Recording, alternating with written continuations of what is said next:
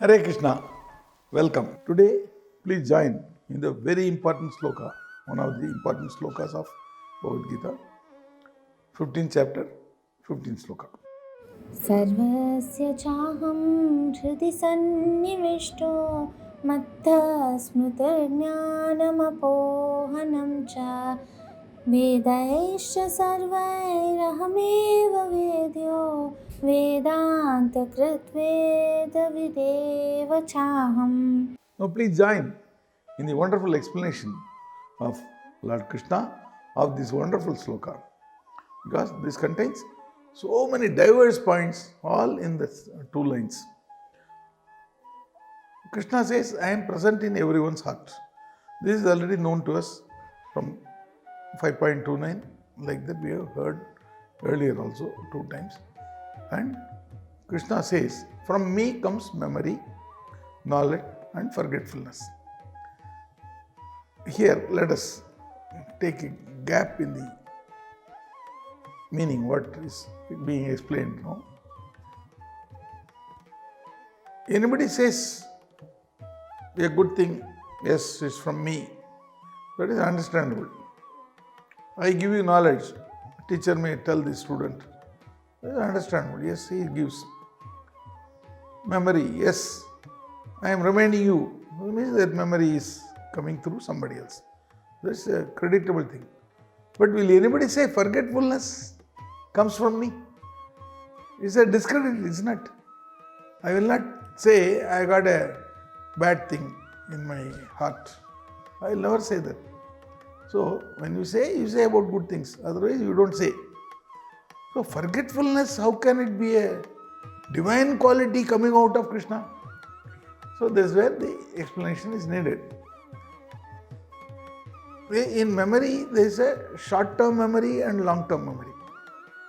If this is not there, if the short-term memory is not there, when you see a number plate on a car in the road, so TMC 4573, throughout the night, next day, throughout the year, you will be remembering that number, which is useless for us.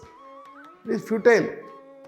So, a short-term memory, you see that, remember for 2 minutes, forget. Or somebody gives a phone number, so till you go to the phone, you remember that. That is short-term memory. If long-term memory, what is long-term memory? Let us see what happens if long-term memory is not there. Every day when you get up, you must think, what is my name? Which city I am living? Who is my wife?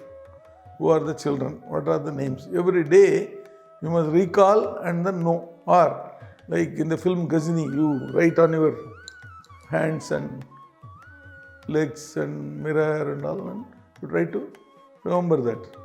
That will happen if long-term memory is not there. So these two are. Another thing about forgetfulness is that we are forgetting things for a reason. That reason is best known to Krishna only. So he has to give us forgetfulness. And leave alone for the present about the forgetfulness in this Janma.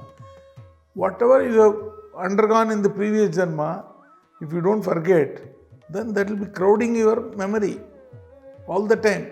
Somebody will come and say, you give me 10,000 last Janma, you have to pay. You will also remember, so you have to pay him. You would have kept it for your son's fees. So you cannot live this life if you remember the past life, because everybody will be remembering. So that is the boon called forgetfulness.